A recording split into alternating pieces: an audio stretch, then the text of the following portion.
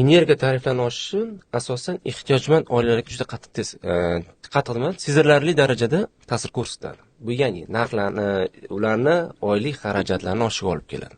Bitta statistika ma'lumot aytib o'tmoqchiman. Ya'ni 1-maydan boshlab elektr energiyasi 200 kilovatgacha bo'lgan narx 450 so'mdan 600 so'mga, tabiiy gaz narxi esa 650 so'mdan 1000 so'mga oshirildi.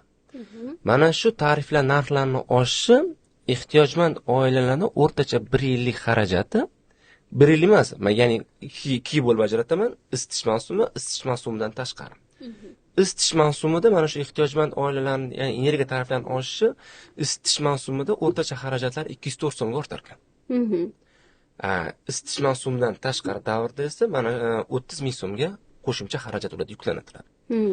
Mana shu qo'shimcha xarajatlarni qoplash maqsadida Ijtimoiy himoya milliy agentligi tomonidan, ya'ni yaqinda prezidentimiz qarorlari qabul qilindi, 134-sonli qarorga asosan ularga 2 xil turdagi yordam ko'rsatiladi. Birinchisi bu kompensatsiya, ikkinchisi isitish mavsumi davri uchun bir martalik moddiy yordam.